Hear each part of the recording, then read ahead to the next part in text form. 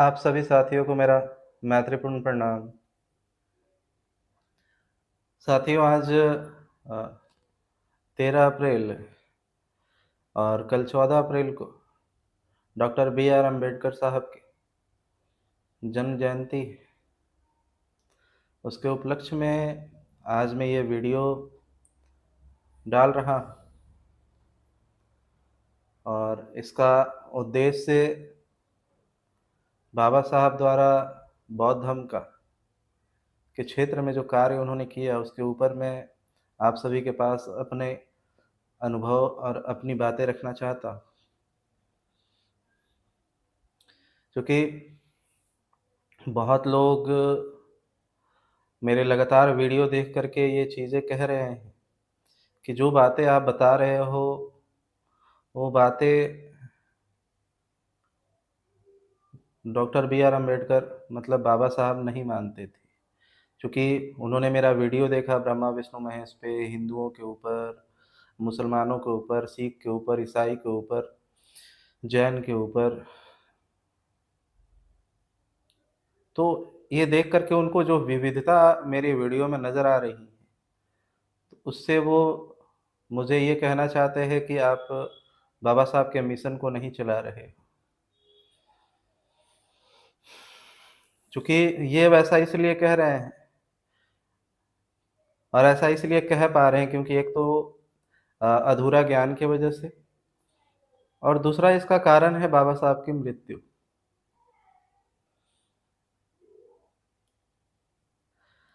और ये अज्ञानतावश इसलिए ऐसा मैं कहा कि ऐसा इसलिए वो कह रहे हैं क्योंकि वो बुद्ध के धम्म के बारे में नहीं जानते। वो जो बौद्ध धर्म का जो स्वरूप देख रहे हैं, वो जो भारत में निर्मित किया गया है, उस स्वरूप को देख रहे हैं जो 14 अक्टूबर 1956 को बनाया गया था। और उस स्वरूप को देख कर के वो बुद्ध के धम्म को तुलनात्मक तरीके से वो देखने की कोशिश कर रहे हैं। और यही कारण है कि अंतर दिखता है मेरे में और बाकी भिक्षुओं में लोगों को।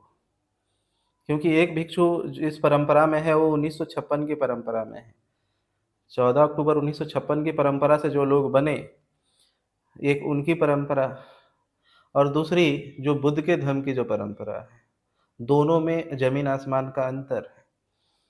तो इसीलिए भारत में चूँकि 1956 वाले भिक्षु हैं, 1956 को मानने वाले भिक्षु हैं अधिकतर संख्या में, इस वजह से उन्हें ऐसा लगता है कि मैं बौद्ध भिक्षु नहीं हूँ, मैं बुद्ध का भिक्षु नहीं हूँ, मैं भिक्षु नहीं हूँ। क्योंकि वो 1956 की परंपरा से देख रहे हैं, तो उनका कहना भी सही है, कैसे नकारूँ उनको? उनका भी कहना सही है कि मैं 1956 की परंपरा से नहीं हूँ, मैं 2500 साल पहले जो बुद्ध का धम्म था, उसकी परंपरा से हूँ। और जिसे जो चीज़ें स्वीकार करनी है चूँकि बाबा साहब ने आपको प्रतिनिधित्व रिप्रेजेंटेशन का अधिकार क्यों दिया? क्योंकि मैं आपको अज्ञानतावश इसलिए कह रहा हूँ आप अज्ञानतावश हो, क्योंकि अगर हम बुद्ध के जीवनी को ही बाबा साहब की जीवनी को ही उस समय अगर पीछे जा कर के देखने की कोशिश करें, तो उनके द्वारा 1932 में शायद जो मनुस्मृति जलाई गई थी बौद्ध धर्म अपनाने से पहले 1956 को जो 14 अक्टूबर 1956 को नागपुर में जो 10 लाख लोगों के साथ उन्होंने धर्म की दीक्षा ली थी। तो उस समय 20-25 साल पहले जब उन्होंने मनुस्मृति जलाई थी और हिंदू धर्म का विरोध किया उस किताब को जला करके, उनको उसी समय बौद्ध धर्म अपना लेना चाहिए था। लेकिन नहीं, उन्होंने नहीं अपनाया उस समय। 25 साल क्यों लगे?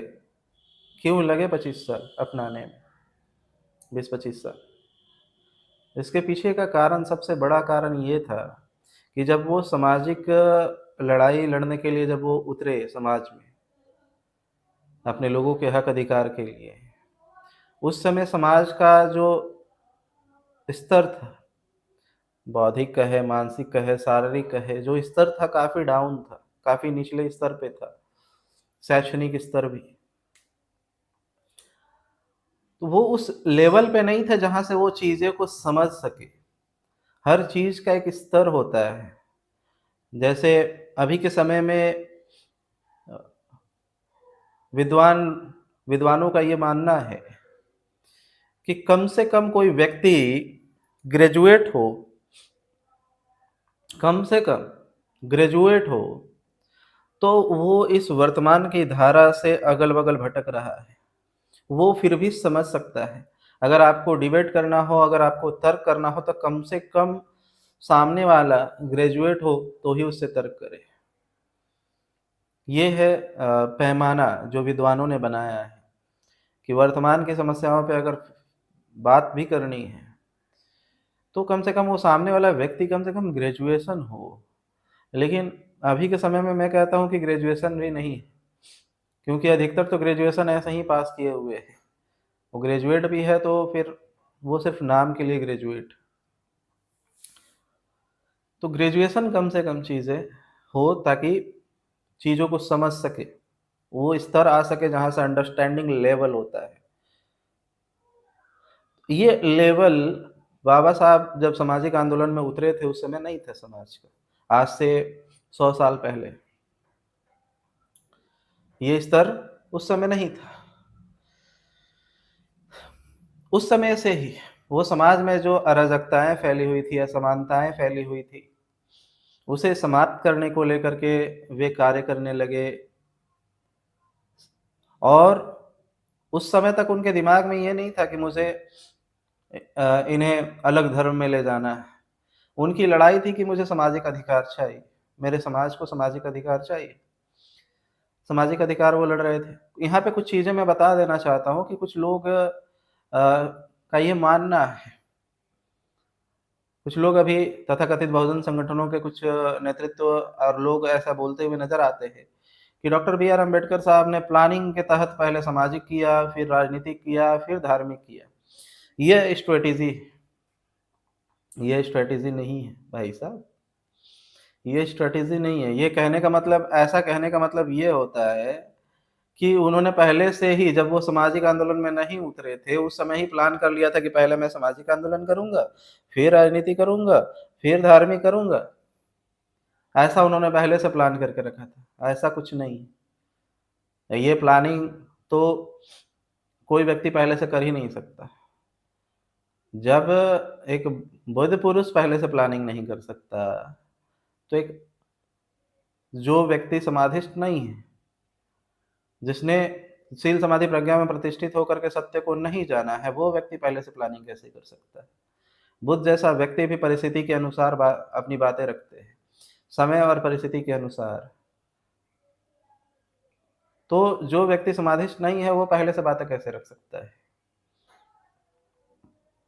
जो बुद्धत्व प्राप्त नहीं किया है, जिसने सत्य को नहीं जाना है, वो कैसे बातें रख सकता है? कोई बातें पहले से, कितना भी बड़ा चिंतक हो। तो ये चीज़ें एकदम से बेकार है कि कोई व्यक्ति पहले से प्लानिंग करके रखा था। पहले से प्लानिंग किया ही नहीं जा सकता। इस फ़ील्ड में तो पहले से प्लानिंग नहीं किया जा सकता। डॉक्टर बनने के लिए पहले से प्लानिंग किया जा सकता है कि हाँ, मुझे डॉक्टर बनना है तो मुझे इतना मार्क्स इस सब्जेक्ट पे तैयारी करना है, मैट्रिक देना है, फिर 12 में ये सब्जेक्ट लेना है, ग्रेजुएशन में ये सब्जेक्ट लेना है, इतने साल की 12 की साल होता है, 2 साल का, 3 साल का ग्रेजुएशन होता है, फिर या फिर 5 साल का एमबीबीएस होता है, जो भी चीज़ें हैं वो तय है। आप उसके अकॉर्डिंग चल सकते हो। लेकिन अगर ये कहोगे कि पहले सामाजिक, फिर राजनीतिक और फिर धार्मिक, ऐसा चूँकि क्यों? क्योंकि डॉक्टर बी आर अम्बेडकर साहब ने ऐसा किया। वो सोच समझ के नहीं किया। उनके सामने जो सबसे पहले चीज़ें आती हैं वो वही आती है। जैसे मेरे सामने भी वो चीज़ें आई चूँकि मैं अपने अनुभव से बोलता हूँ कि मेरे साथ जब चीज़ें सामने मेरे आस-पास जब भेदभाव हुआ, अब भेदभाव हुआ इसका मतलब ये मत समझ लीजिएगा कि ब्राह्मणों ने भेदभाव किया। मेरे साथ भेदभाव करने वाले तो ओबीसी के लोग हैं। मुझे सबसे पहले जान से मारने की धमकी देने वाला मुसलमान थे। मुझे मेरे साथ छुआ-छूत करने वाले सबसे पहले ओबीसी के लोग थे। हमारे इधर ओबीसी बहुल क्षेत्र है, हमारे घर के आसपास।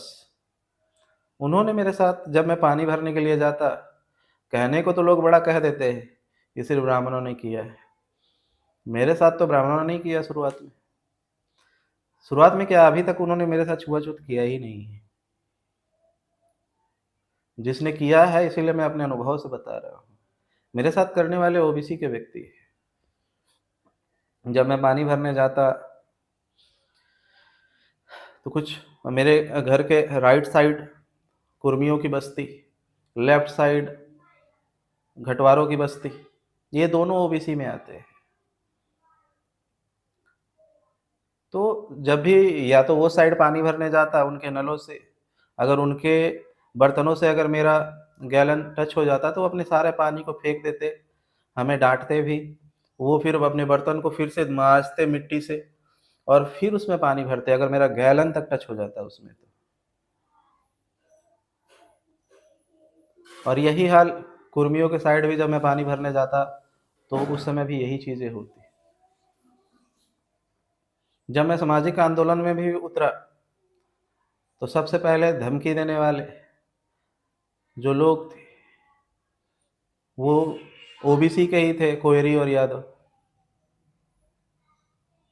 सामाजिक आंदोलन में भी मुझे मारने की धमकी देने वाले। तो इसीलिए ये सिर्फ़ जो झूठा भ्रम फैलाया जाता है कि सिर्फ़ किसी एक जाति को टारगेट करके कि नहीं, यही जाति है जो भेदभाव करती है, यही जाति है जो समाज में परिवर्तन नहीं होने देना चाहती। ये सिर्फ़ और सिर्फ़ झूठ और एक भ्रम है और एक राजनीति का हिस्सा है।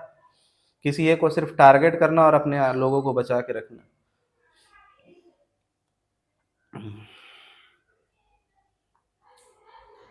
क्योंकि वही लोग ऐसा कृत्य कर रहे थे। तो उसी तरीके से जब मेरे साथ में ये सारी चीज़ें आई, मेरे साथ जब हुआ, तो मैं सोचा कि विरोध करूँ। अब विरोध जब मैंने करना शुरू किया तो संगठन के लोगों ने मुझे मिले।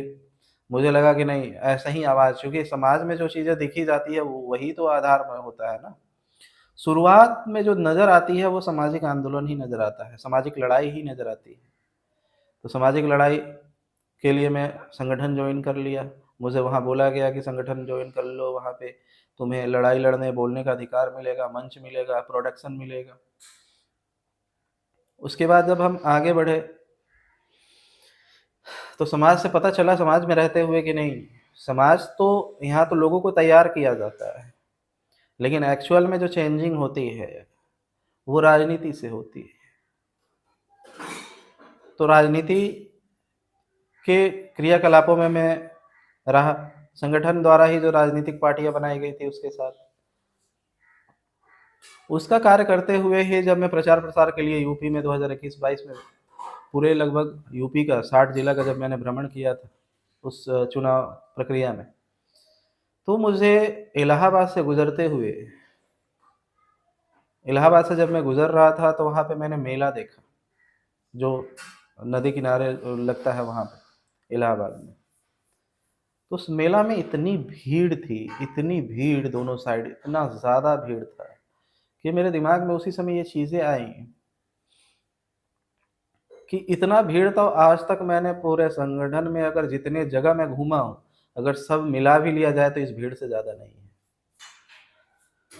तो एक मेला के भीड़ इतना भी हमारी जनसंख्या पूरे भारत में नहीं है।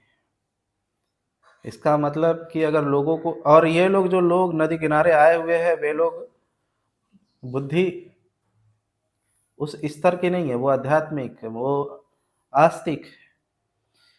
और हम सिर्फ़ और सिर्फ़ नास्तिकता का प्रचार कर कर के सिर्फ़ विरोध करके, क्योंकि नास्तिकों की संख्या ज़्यादा नहीं हो सकती, कभी नहीं हो सकती। क्योंकि अविश्वास हर जगह पर रखना सफलता नहीं हो सकता। हर चीज़ से कुछ ना कुछ फ़ायदे और नुकसान होते हैं। आस्तिकता का भी डिमेरिट्स और मेरिट्स है, उसके भी फ़ायदे और नुकसान हैं। नास्तिकता के भी फ़ायदे और नुकसान हैं। नास्तिकता का रास्ता वैज्ञानिक रास्ता जाता है, जो वैज्ञानिक बनना चाहते हैं, लेकिन नास्तिकता का रास्ता, वैज्ञानिक कौन बनना चाहता है? वैज्ञानिक बनने वाले लोगों की संख्या 1-2% होती है, 5% ज़्यादा से ज़्यादा। लोग तो कहते हैं कि 5% लोग ही टॉप क्लास के बुद्धिमान होते हैं।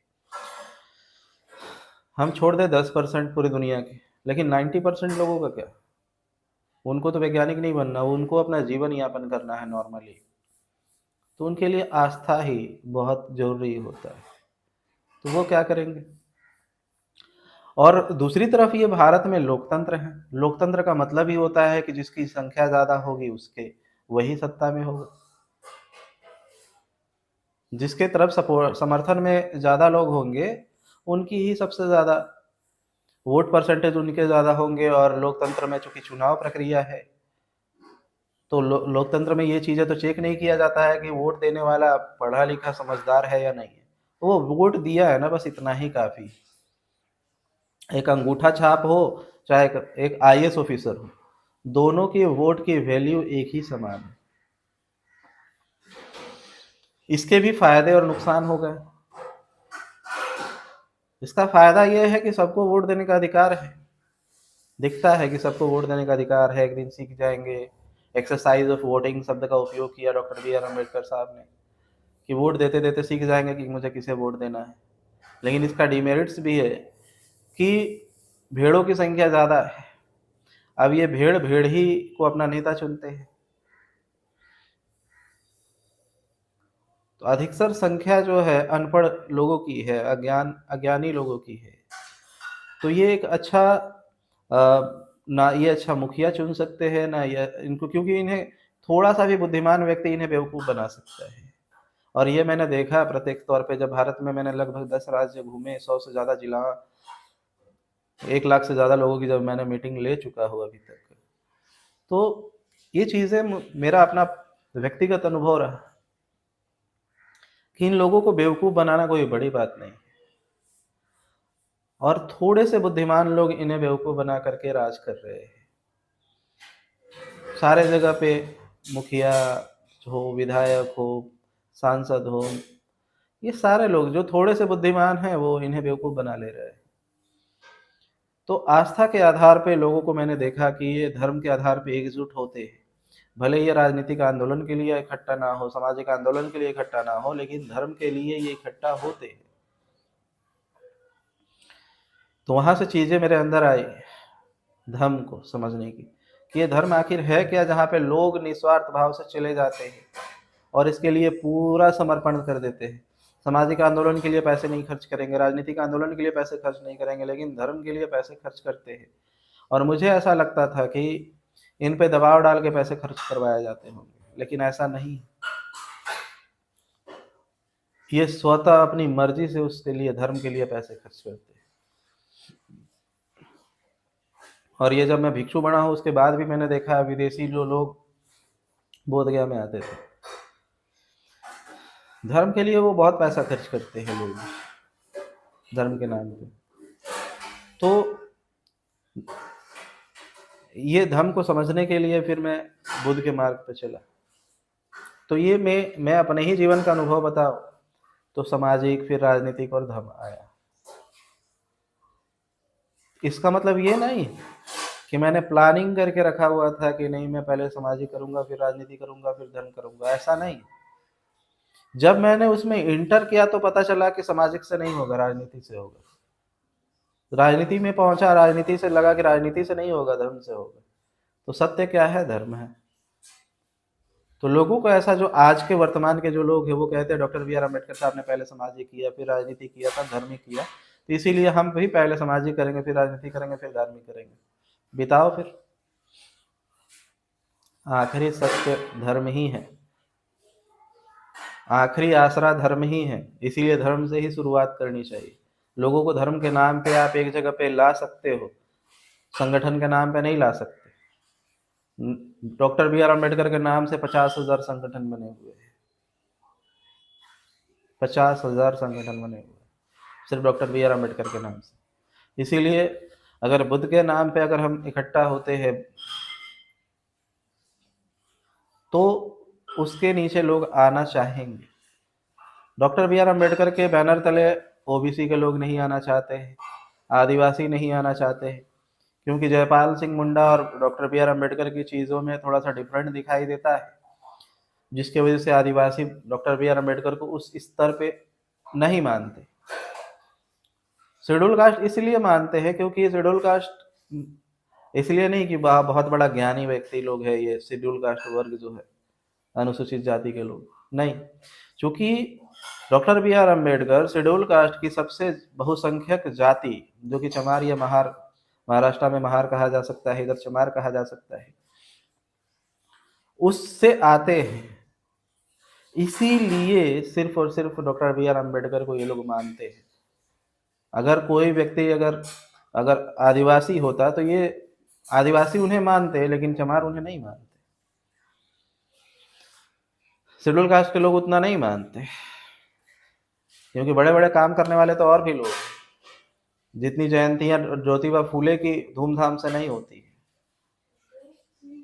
उतनी ज़्यादा धूमधाम से डॉक्टर बी आर अम्बेडकर की जयंती होती है। क्यों? क्योंकि शेड्यूल कास्ट के लोग ही सबसे ज़्यादा कार्यक्रम जो कराते हैं और संगठन बना के रखे हैं, वो सारे के सारे चमार महार लोग हैं। अधिकतर 90% जो जनसंख्या संगठन बनाने वालों की है पूरे भारत में, इसलिए मानते हैं। तो शेड्यूल ट्राइब तो डॉक्टर बी आर अम्बेडकर को अपना भगवान नहीं मानते, ना ओबीसी को लोग भगवान मानते हैं, मानता सिर्फ शेड्यूल कास्ट के लोग। तो ये चीज़ें लोगों को ऐसा लगता है कि नहीं नहीं, पहले सामाजिक होगा, राजनीतिक, फिर धर्म होगा। पहले धर्म ही होगा, और धर्म के आधार पर ही लोग इकट्ठा होंगे। तो बुद्ध को ये लोग सब स्वीकार करने के लिए तैयार है, ये सब मानते हैं, बुद्ध के बैनर तले खड़ा हो सकते हैं, लेकिन किसी जाति विशेष नहीं। क्योंकि अगर डॉक्टर बी अभी लोग लगे हुए हैं, तथाकथित बहुजन संगठन के लोग लगे हुए हैं ये गौतम बुद्ध की जाति खोजने के लिए। अगर वो खोज लेते हैं तो फिर उनके पीछे भी कुछ खास जाति के लोग जाएंगे, क्योंकि ये लोग भ्रम फैलाए हैं कि सम्राट अशोक की जाति मौर्य थी। तो अभी मौर्य समाज के लोग बड़ा खुश है, अभी कुशवाहा, पटेल, कुर्मी, ये लोग बड़ा खुश है कि हम सम्राट अशोक के वंशज हैं, क्योंकि अभी वो सम्राट अशोक तक पहुँचे हैं। अभी उनसे भी पहले थोड़ा पहुँचेंगे और गौतम बुद्ध की भी जाति खोज करके वो आपको बताएंगे। अभी कुछ समय लगेगा, वो आपको जाति बता देंगे गौतम बुद्ध की भी। बहुत महान महान लोग इसके पीछे लगे हुए हैं गौतम बुद्ध की जाति खोजने के लिए। इतने महान लोग हैं, ये लोग जाति खत्म करने के लिए भारत में कार्य कर रहे हैं। डॉक्टर बी आर अम्बेडकर का नाम लेते हैं, जाति मुक्ति आंदोलन चलाते हैं, जाति के विरोध में बोलते हैं कि ये ब्राह्मणों ने बनाया है, और वो जाति खत्म करना चाहते हैं। ऐसे महान महान लोग अभी गौतम बुद्ध की जाति खोजने में भी लगे हुए हैं। कुछ दिन में सामने आएगा कि हाँ, अभी अभी तक वहाँ पहुँचे हैं, अभी गौतम बुद्ध के शिष्यों तक पहुँचे हैं कि गौतम बुद्ध के जो शिष्य थे वो ब्राह्मण नहीं थे। तो अभी वो पहुँचे हैं कि गौतम बुद्ध के जो शिष्य थे कोल वंशी और शाक्य वंशी थे। अभी उनके वंश का पता लगाया है, अभी उनकी जाति भी कुछ दिन में पता चलेगी, और उसके बाद आप इंतजार करें, ब्रेकिंग न्यूज़ आएगा कि गौतम बुद्ध इस जाति से थे। अभी पता चलेगा जल्दी ही। तो महान महान लोग हैं, उनका क्या कहना है। ऐसे ऐसे महान लोगों को फूलों से स्वागत करना चाहिए। ऐसे लोगों को पुरस्कार, भारत रत्न का पुरस्कार मैं तो मांग करूँगा राष्ट्रपति जी से कि ऐसे लोगों को भारत रत्न का पुरस्कार दिया जाए, जो लोग इतना गहन खोज में लगे हुए हैं कि बुद्ध की भी जाति क्या थी, सम्राट अशोक की जाति क्या थी। एक तरफ ये जाति समाप्त करने की बातें कर रहे हैं, दूसरी तरफ ये जाति खोज रहे हैं। ऐसे महान व्यक्तित्व के लोगों को भारत रत्न पुरस्कार दिया जाना चाहिए। तो लोगों को ऐसा लगता है कि पहले सामाजिक, फिर राजनीतिक, फिर धर्म। नहीं, धर्म के आधार पर ही लोगों को इकट्ठा किया जा सकता है। अब वो, और यही कार्य बाबा साहब ने उस समय किया 14 अक्टूबर 1956 को। उस समय तक वो लगे हुए थे कि मैं अपने इस समाज को सामाजिक सुधार करूं। हिंदू में काउंट हो रहे हैं, कोई दिक्कत नहीं है, लेकिन इनको भी एक रेस्पेक्ट मिले।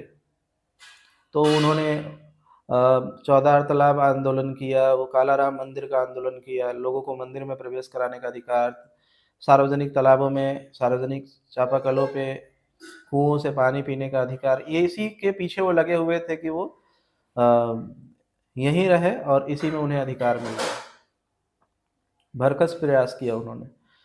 प्रयास करते हुए उन्हें वो सफलता नहीं मिली उस स्तर पे। तो इसी आक्रोश में उन्होंने मनुस्मृति जलाया और फिर भी लड़ाई लड़ते रहे और संविधान में उन्होंने अधिकार दिलाया भी। जितना हो सके उन्होंने उसमें अधिकार दिलाया और उन्होंने आरक्षण, रिप्रेजेंटेशन का अधिकार दिया ताकि लोगों का स्तर, जो अंडरस्टैंडिंग लेवल है वो बढ़े तो धर्म को अपने आप समझेंगे। अभी तो समझाया नहीं जा सकता है, तो वो जब उठ जाएंगे तब उन्हें समझाया जा सकता है। और उसके बाद उन्होंने राजनीति से सोचा कि राजनीति में चला जाऊं। जब संविधान लिखने का काम हो चुका था, लागू हो चुका था, तो राजनीति में भी उतरे। उनके अपने ही समाज के लोगों ने उन्हें हराया। लोग कहते हैं नेहरू चुनाव में थोड़ी उतरा था, काजोलकर उतरा था। आपका बहाना चाहिए हर जगह पे कि आपको दोष देना हो किसी और को। आप काजोलकर को दोष नहीं देंगे, आप उन महारों को दोष नहीं देंगे जिन लोगों ने वहाँ पे डॉक्टर बी आर अम्बेडकर को वोट नहीं दिया था। दोष किसको देंगे? नेहरू को, कि नेहरू ने पैसे दे करके काजोलकर को खरीद लिया था, इसीलिए काजोलकर ने बिक गया था। कौन बिका? बिकने वाला काजोलकर था, महार जाति से था, और वो बिक गया। चलो छोड़ देते थोड़ी देर के लिए, काजोलकर बिक गया। जो वहाँ के जो लोग थे वो क्या हुआ था? वो वहाँ के लोग भी बिके थे। तो वही लोग, जिन लोगों ने डॉक्टर बी आर अम्बेडकर को वोट ना दे करके काजोलकर को वोट दिया था, उनके वंशज लोग आज कहते हैं कि हम बाबा साहब को मानते हैं, जबकि उन्हीं के पूर्वजों ने डॉक्टर बी आर अम्बेडकर के चुनाव में वोट नहीं दिया था, काजोलकर को दे दिया था। ऐसे बिके हुए जो लोग हैं। और अब ये चूंकि अपने पे दोष ना हो कि हमारे पूर्वज गद्दार थे, हमारे पूर्वज जो थे वो बिकाऊ थे, ये अपने पे इल्जाम ना लगे, तो नेहरू, मरे हुए व्यक्ति पे इल्जाम लगा दो, नेहरू ने खरीद लिया था काजोलकर को। भाई माना नेहरू ने काजोलकर को खरीदा, नेहरू जिम्मेदार, काजोलकर के जिम्मेदार। और वो लोग जिन लोगों ने डॉक्टर बी आर अम्बेडकर को छोड़ करके काजोलकर को वोट दिया था, उनका क्या? जो दारू मुर्गा में बिक गए थे, उनका क्या? वो लोग कौन थे? कहाँ से आए थे? दूसरे ग्रह से आए थे कि वहीं के थे और उन्हीं के जाति के थे? तो इस बात पे कोई चर्चा नहीं करता है कि वे लोग कौन थे जिन्होंने काजोलकर को वोट दिया था और डॉक्टर बी आर अम्बेडकर को नहीं दिया था। और इस पे बात करने पे लोग बड़ा डरते हैं। मैंने एक भी महाराष्ट्र के और महारों को नहीं देखा है जो इस बात पे, विषय पे बात रखे कि वे लोग कौन थे जिन लोगों ने डॉक्टर बी आर अम्बेडकर को छोड़ करके काजोलकर को वोट दिया था। ये हाल है समाज की। तो राजनीति में भी उनको हार मिली।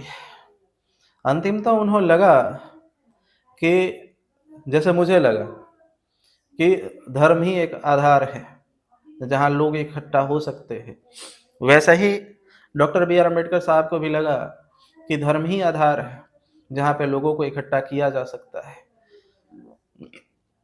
अब जब वो धर्म के पास गए, धर्म को समझने के लिए, धर्म को किताबों से समझने और वर्तमान माहौल से समझने की कोशिश की। कहने को तो धर्म सनातन है, शब्द सनातन पढ़ लेने से क्या सत्य जान लिया आपने? सनातन का मतलब शाश्वत और सत्य होता है। सत्य बोल देने से, सत्य पढ़ लेने से सत्य जान थोड़ी लेते हैं। सत्य जानने का एकमात्र तरीका है शील, समाधि और प्रज्ञा में प्रतिष्ठित होकर के प्रतिष्ठित होना। शील, समाधि और प्रज्ञा, बिना शील, समाधि और प्रज्ञा में प्रतिष्ठित हुए कोई भी व्यक्ति सत्य को नहीं जा सकता है, ना बुद्धत्व को प्राप्त कर सकता है। कोई भी व्यक्ति, वो चाहे कितना भी पढ़ा हुआ हो और चाहे कितना ही डिग्रीधारी हो, उससे कोई मतलब नहीं है। तो उस समय बाबा साहब ने जो अपने समझ से जो किताबें पढ़ी और आसपास के माहौल देखे, वहाँ पे मूर्ति पूजा को देखा, उन्होंने भेदभाव, मंदिरों में भेदभाव को देखा। अधिकार दिलाने के लिए जो लड़ाइयाँ लड़ी उसमें हार मिली। राजनीतिक आंदोलन में, राजनीतिक चुनाव में उन्हें हार मिली। ये सारे आक्रोश बचे हुए थे और इस आक्रोशवश, जो कि जायज़ भी था उनके अनुसार, उन्होंने आक्रोशवश हिंदू धर्म के विरोध में, और वो ना हिंदू धर्म में गए, ना वो बुद्ध के धर्म में गए। उन्होंने एक नई शाखा निर्माण की, क्योंकि डॉक्टर बी आर अम्बेडकर के समय ही बौद्ध धर्म 4 भागों में बटा हुआ था। हीनयान, महायान, वज्रयान, तंत्रयान, इन भागों में वो पहले से ही 4 भागों में बटा हुआ है। उन्होंने देखा कि ये तो पहले से खुद बटे हुए हैं और इनमें ध्यान करेंगे, ध्यान की परंपरा है, समाधि की परंपरा है। उन्होंने देखा कि ये समाधि की बातें हिंदू वाले भी करते हैं, समाधि की बातें बौद्ध धर्म में भी बताया जाता है, बौद्ध धर्म में भी। तो उन्होंने देखा कि ये दोनों तरफ है, तो जो चीज़ें दोनों तरफ है उसे काट दो, मतलब उसे हटा दो। तो उन्होंने समाधि को हटा दिया। तो सील को उन्होंने सिर्फ सील और प्रज्ञा को रख लिया और समाधि को हटा दिया। और खास बात यह कि बिना समाधि के सत्य को जाना नहीं जा सकता है और बिना समाधि के प्रज्ञा नहीं हो सकती है। तो उस समय डॉक्टर बी आर अम्बेडकर साहब ने ध्यान को भी हटाया, साइड किया शुरुआत में। ये मैं बोल रहा हूँ शुरुआत के लिए था, प्लानिंग आगे की थी, क्योंकि मुझे जहाँ तक जानकारी डॉक्टर बी आर अम्बेडकर विदेशी भिक्षुओं के साथ मुलाकात कर चुके थे। तो जिस तरीके से एक बच्चे को स्टेज बाय स्टेप सिखाया जाता है धर्म, उसी तरीके से स्टेप बाय स्टेप सिखाने की प्लानिंग थी डॉक्टर बी आर अम्बेडकर की, क्योंकि उनकी जो विदेशी यात्रा और विदेशी भिक्षुओं से जो वार्तालाप है, उनके बारे में कुछ जानकारियां मुझे बोधगया में मिली कि वो गए थे, विदेशी भिक्षुओं से मिला था, उन्होंने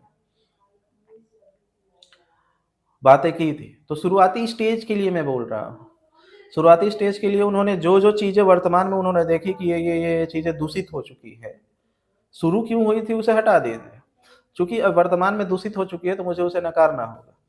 तो डॉक्टर बी आर अम्बेडकर ने उस समय ध्यान को भी नकारा, उस समय उन्होंने समाधि शब्द को भी, समाधि को भी नकारा, निर्वाण को नकारा, और नकार करके उन्होंने ये भी नकारा, हिंदू धर्म के भी देवी देवताओं को नकारा, हिंदू धर्म को नकारा, ब्रह्मा विष्णु महेश पे मैं नहीं मानूंगा ये भी नकारा। ऐसे करके उन्होंने 22 प्रतिज्ञाएं बनाई और बना करके उन्होंने एक नई शाखा का निर्माण किया। जैसे वर्तमान में पहले ही उस समय 4 शाखाएं ऑलरेडी थी और डॉक्टर बी आर अम्बेडकर ने 5वीं शाखा नवयान बना दिया। महायान, हीनयान, तंत्रयान, वज्रयान में से 5वां यान भारत में डॉक्टर बी आर अम्बेडकर साहब ने अपना एक अलग से, उन्होंने ना बौद्ध धर्म अपनाया, बुद्ध के धर्म को स्वीकार किया उस स्वरूप में, और ना ही वो हिंदू धर्म को स्वीकार किए। उसके बीच का रास्ता उन्होंने निकाला और नवयान बना दिया। नवयान उनकी अपनी परंपरा है, वो बुद्ध की परंपरा नहीं, वो गौतम बुद्ध की परंपरा से नहीं है। नवयान, जिसे नव बुद्धा कहा जाता है या नवयान कहा जाता है, जो 22 प्रतिज्ञाओं को मानने वाले जो लोग हैं, ये बुद्ध धर्म का हिस्सा नहीं है। वो नया डॉक्टर बी आर अम्बेडकर साहब ने स्वतः अपना एक अलग नया बनाया। उन्होंने बुद्ध के धर्म को भी स्वीकार नहीं किया, क्योंकि बुद्ध के धर्म को स्वीकार करने का मतलब है सील समाधि प्रज्ञा को स्वीकार करना, और सील समाधि प्रज्ञा में बिना ध्यान के प्रतिष्ठित नहीं हुआ जा सकता है। तो डॉक्टर बी आर अम्बेडकर तो निर्वाण को ही नहीं मानते थे, वो समाधि को ही नहीं मानते थे, तो ध्यान को कैसे मानेंगे। तो ध्यान हो, समाधि हो, निर्वाण हो, इन सारी चीज़ों को हटा दिए, साइड कर दिए शुरुआत के दौर पे। क्यों? क्योंकि पहले तो मुझे लोगों को जोड़ना है, क्योंकि अगर लोगों को हम बोल दिए कि नहीं ध्यान होता है, समाधि होती है, तो लोग क्या करेंगे, बोलेंगे फिर तो जब ये सारी चीज़ें होती ही है, त्रिपिटक में ब्रह्मा विष्णु महेश का जिक्र है ही, समाधि का जिक्र है ही, ध्यान का जिक्र है ही, निर्वाण का जिक्र है ही, उसे ही हिंदू धर्म में मोक्ष कहा जाता है। तो ये सारी चीज़ें जब हिंदू धर्म में है तो मैं बौद्ध धर्म अपनाऊँ क्यों? ये चीज़ें उनके सामने आ सकती थी। इसीलिए प्री प्लान्ड तरीके से, एक सोची समझी, एक राजनीतिज्ञ होने के नाते, एक पॉलिटिशियंस होने के नाते उन्होंने अपनी बुद्धि का उपयोग किया और उन सारी चीज़ों को नकारा जो हिंदू धर्म में वो देख रहे थे कि अगर इसे स्वीकार किया तो फिर लोग कहेंगे कि ये तो ऑलरेडी हिंदू धर्म में है, तो फिर दूसरे धर्म में जाने की क्या ज़रूरत है। तो इसीलिए दूसरे में ले जाने के लिए बौद्ध धर्म की वो चीज़ें जो हिंदू धर्म में भी नज़र आती है, उन चीज़ों को उन्होंने हटा दिया, उन चीज़ों को माइनस कर दिया, ताकि जब इसका स्तर बढ़ेगा, इस समाज का स्तर बढ़ेगा, और ये जब अंडरस्टैंडिंग लेवल बढ़ेगा, एजुकेशनल लेवल बढ़ेगा, और ये विदेशी भिक्षुओं से जब मिलेंगे, बुद्ध के धर्म को उनसे सीखेंगे, तो ऑटोमेटिक धीरे धीरे जब समझ बढ़ेगी तो वो शील समाधि और प्रज्ञा की तरफ वो अग्रसर होंगे। लेकिन दुर्भाग्य कहे कि 14 अक्टूबर 1956 को ही उन्होंने धम्म की दीक्षा लिया, और 6 दिसंबर 1956 में ही उनकी मृत्यु हो गई। अब उनकी मृत्यु होने से ये चीज़ें हुई कि मृत्यु हो गया।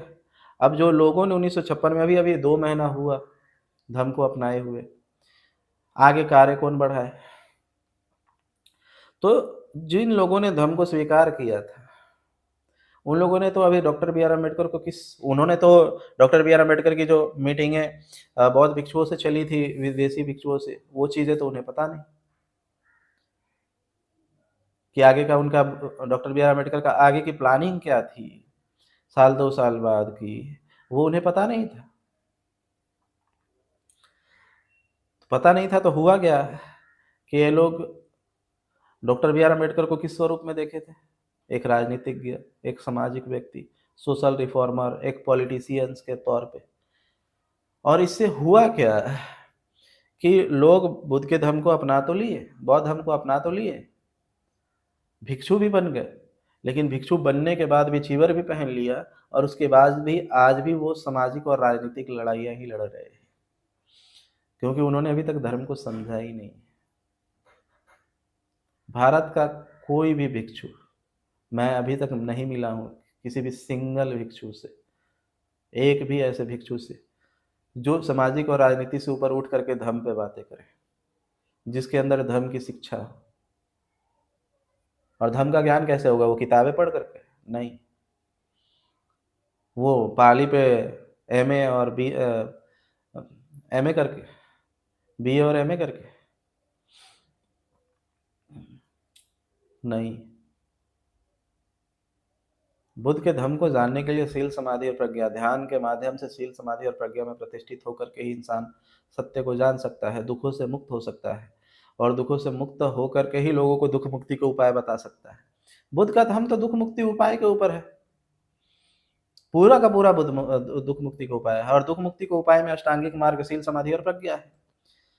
अष्टांगिक मार्ग पंचशीलों का पालन करते हुए शील समाधि और प्रज्ञा में प्रतिष्ठित होना, और वो तो ध्यान के माध्यम से ही हो सकता है, तभी आप दुखों से मुक्त होगे। उस चीज की तरफ आज का एक सिंगल पर्सन भी, सिंगल भिक्षु भी उस तरफ कार्य करते हुए मुझे नहीं दिखता। तो वे लोग वहीं स्टॉप हो गए, स्टॉप उसी समय 1956 में ही वो अभी तक जी रहे हैं, वो उससे आगे बढ़े ही नहीं है। आप एक नॉर्मल, आपको मेरी बातें पर यकीन नहीं होगा, आप एक भिक्षु का भाषण देते हुए, अभी बोध गया में आंदोलन चल रहा है, आप वहाँ से वहाँ के कुछ प्रसिद्ध भिक्षुओं के स्पीच को उठाए और तथाकथित बहुजन संगठनों के नेताओं के स्पीच को उठाए, दोनों मैच कराए, दोनों सेम दिखेगा, सेम सेम। अब मैं कह रहा हूँ कि सामाजिक आंदोलन से अंडरस्टैंडिंग लेवल जब उसमें रहेंगे तो उससे बढ़ करके वो राजनीति में जाता है, राजनीति से भी ऊपर होता है धर्म। अब जो भिक्षु जो धर्म में, यहाँ बौद्ध धर्म में वो भिक्षु बना हुआ है, और एक छोड़ करके तीसरे, ये पहला, दूसरा और तीसरे पायदान पे होता है सामाजिक आंदोलन, यहाँ है सामाजिक आंदोलन।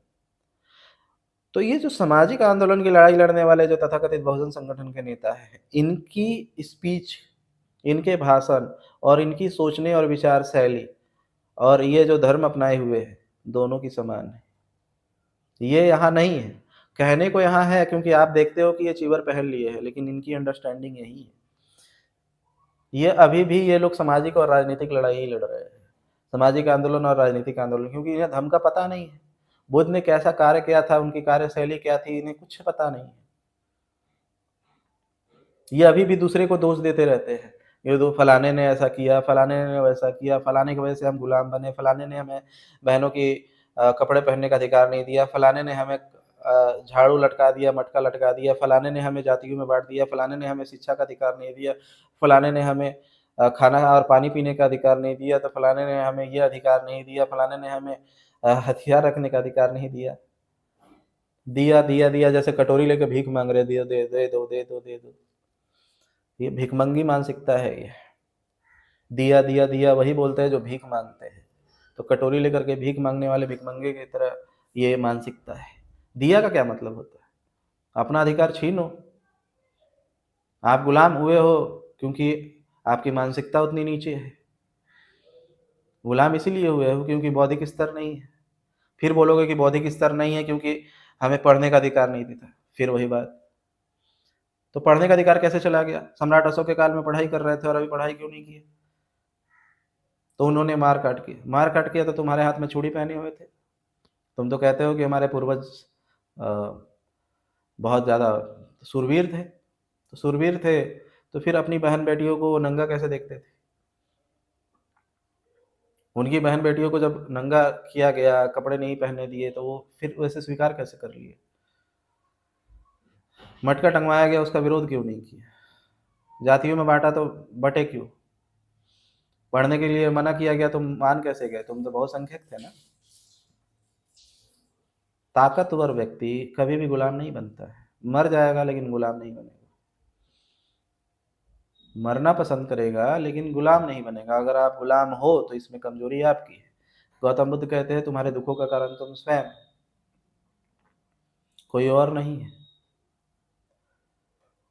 तो आज वर्तमान में देखेंगे तो सामाजिक आंदोलन चलाने वाले और जो भिक्षु बने हुए हैं बौद्ध धर्म के, उनका दोनों का अंडरस्टैंडिंग लेवल एक ही लेवल का है, विचार एक ही लेवल का है, भाषण देने का तरीका एक ही लेवल का है, स्पीच भाषण में जो वो विषय इस्तेमाल करते हैं वो एक ही स्तर का है। इनमें दोनों में कोई अंतर नहीं, बस कपड़ों का अंतर हो सकता है। तो डॉक्टर बी आर अम्बेडकर अगर जिंदा होते कुछ साल और, तो ये स्वरूप नहीं होता। उन्होंने शुरुआत में उन चीज़ों को नकारा, शील समाधि और ध्यान को नकारा, निर्वाण को नकारा, क्योंकि लोगों को उस समय स्वीकार करवाना था, क्योंकि वही चीज़ें हिंदू धर्म में भी नज़र आ रही थी। लेकिन सच बात यही है कि बिना शील समाधि प्रज्ञा में प्रतिष्ठित हुए आप दुखों से मुक्त नहीं हो सकते और ना सत्य को जान सकते हो।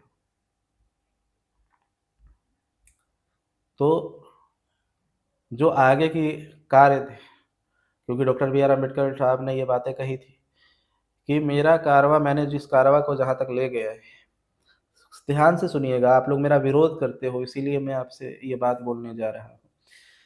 डॉक्टर बी आर अम्बेडकर साहब ने स्वयं ये बातें कही थी कि मैंने जिस कारवां को यहाँ तक लेकर के आया है, अगर तुम इसे आगे नहीं ले जा सकते तो पीछे भी नहीं होने देना।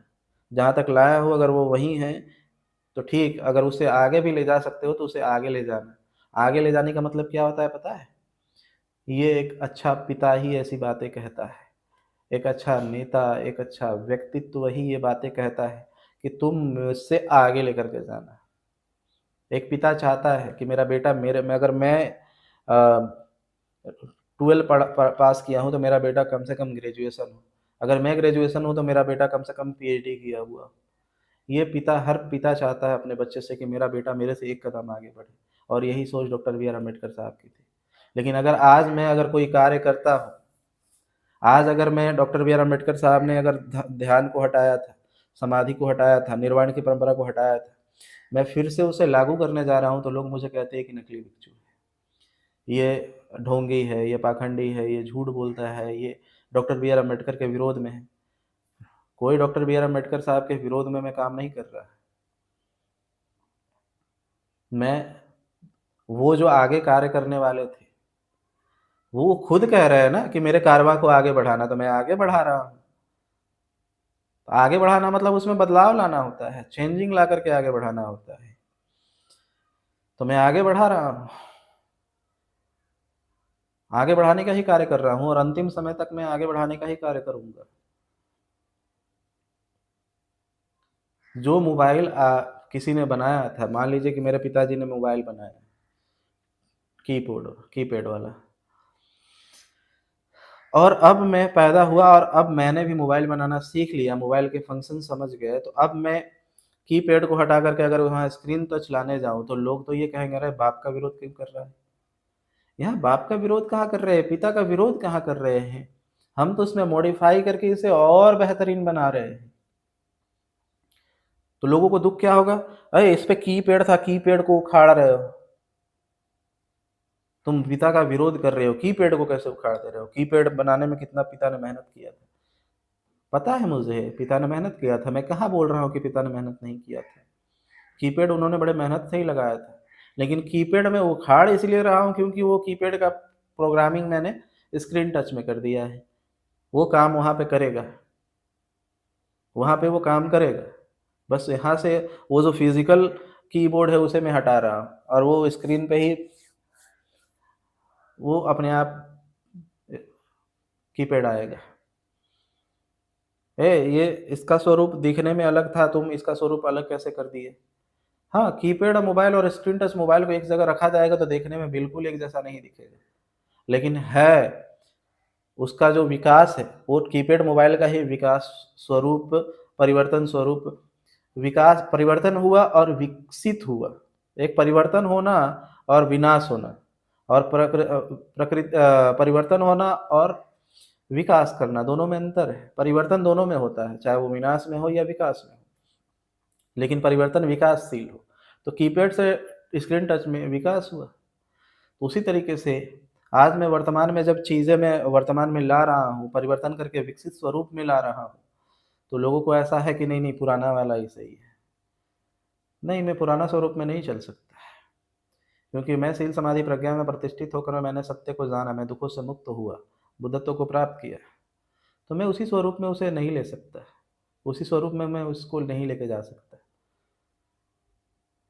मैं आगे और बेहतरीन तरीके से, क्योंकि उन्होंने स्वयं कहा कि मेरे कारवां को आगे लेकर जाना, तो मैं उनके कारवां को आगे ले जाने का ही कार्य कर रहा हूँ और जीवन भर करते रहूँगा। वो कारवां आगे जाएगा और इस कारवां को आगे बढ़ाने में उनके पीछे की सारी धारणाओं को भी तोड़ना हो, जो उन्होंने सिर्फ़ आपके लिए बनाई थी। ऐसा नहीं है कि डॉक्टर बी आर अम्बेडकर ने उनकी अपनी धारणा थी। जैसे एक एक ग्रेजुएट पर्सन, एक टीचर भी जो बीएड का टीचर होता है, अगर कभी गलती से अगर वो उसे नर्सरी क्लास के बच्चे को पढ़ाने जाना हो, तो वो जा कर के पाइथागोरस प्रमेय नहीं पढ़ाएगा, पाइथागोरस नहीं पढ़ाएगा। वो जा कर के नर्सरी क्लास में एबीसीडी ही पढ़ाएगा। उसी तरीके से डॉक्टर बी आर अम्बेडकर जैसा व्यक्तित्व आपके पास जब आएँगे, जो बुद्धि से कमज़ोर है, जो नर्सरी क्लास के लेवल की थिंकिंग लेवल है, अंडरस्टैंडिंग लेवल है, उनके पास जा कर के वो एबीसीडी ही बात करेंगे। वो जा कर के आपको उस लेवल की बातें नहीं करेंगे। वो चूँकि उनकी मृत्यु हो गई इसीलिए आपको लगता है कि डॉक्टर बी आर अम्बेडकर की सोच वहीं तक थी, ऐसा नहीं है। वो बहुत कुछ जानते थे बुद्ध के धर्म के बारे में, लेकिन वो पहले स्टेप में वो सारी चीज़ों को नहीं रखना चाहते थे और यही कारण था उन्होंने 22 प्रतिज्ञा बना करके आपको पहले हिंदू धर्म के विरोध में खड़ा किया ताकि उससे कट करके तुम न अलग हो। क्योंकि वो जो घर एकदम जर्जर हो चुका है, बर्बाद हो चुका है, गंदा हो चुका है, उससे निकाल करके एक अच्छे घर में पहले रखे तुम्हें। अच्छे घर में रखे और वहाँ से फिर एक नए संस्कार द्वारा तुम्हें बड़ा किया जाए। तो पहले अच्छे घर में रह करके बड़ा हो। इसीलिए उन्होंने हिंदू धर्म से काट करके तुम आपको पहले से अलग कर दिया और अलग रख दिया ताकि आप वहाँ से विकसित हो। विकसित जब होंगे, अंडरस्टैंडिंग लेवल आएगी, चूँकि बुद्ध का धर्म वैज्ञानिक धर्म है और उसे अंडरस्टैंडिंग स्तर पे ही समझा जा सकता है। एक हाई लेवल ऑफ अंडरस्टैंडिंग रखने वाला व्यक्ति ही इसे समझ सकता है, नॉर्मल व्यक्ति नहीं समझ सकता। उससे पहले ही उनकी मृत्यु हो गई। इसीलिए आपको लगता है डॉक्टर बी आर अम्बेडकर का अंतिमतः वहीं तक था। नहीं, अगर साल 2 साल और ज़िंदा होते तो आप बौद्ध धर्म का जो स्वरूप आज देख रहे हो, वो नहीं होता। बहुत बदलाव आ गया रहता। लेकिन खैर, पीछे की बातें करके कोई फ़ायदा नहीं है। आगे उनके कारवां को मैं आगे बढ़ाने का कार्य कर रहा हूँ और अंतिम साँस तक बढ़ाने का कार्य करते रहूँगा। और लग सकता है मेरी कार्यशैली कि डॉक्टर बी आर अम्बेडकर के विरोध में है, लेकिन मैं उनके विरोध में कार्य नहीं कर रहा। उन्होंने जो सोच के रखा था, वहाँ से मैं काम को आगे बढ़ा रहा हूँ। तो आप भी मेरे साथ इसमें रहें। कल मैं 14 अप्रैल बाबा साहब की जयंती के दिन ही मैं अपने भारत की यात्रा का शुरुआत करने जा रहा हूँ। पूरे भारत में धम्म और ध्यान का प्रचार के लिए, प्रसार के लिए, धर्म की शिक्षा के लिए मैं पैदल यात्रा पूरे भारत की करने जा रहा हूँ। और ये कार्य बाबा साहब की जयंती 14 अप्रैल से ही मैं शुरू करने जा रहा हूँ। और इसका अपडेट मैं डेली फेसबुक और यूट्यूब पे डालते रहूँगा। और मेरे वीडियो के डिस्क्रिप्शन में भी मेरे ग्रुप का लिंक है, उसमें भी डालता रहूँगा कि मैं आज कहाँ पे पहुँचा, कहाँ पे रुका हूँ, अगले दिन किधर जाना है। ये सारी चीज़ें मैं प्रतिदिन डालते रहूँगा। आप लोगों ने मेरी बातों को बहुत ध्यान से सुना, इसके लिए मैं आपका बहुत बहुत अनुग्रहित हूँ। धन्यवाद।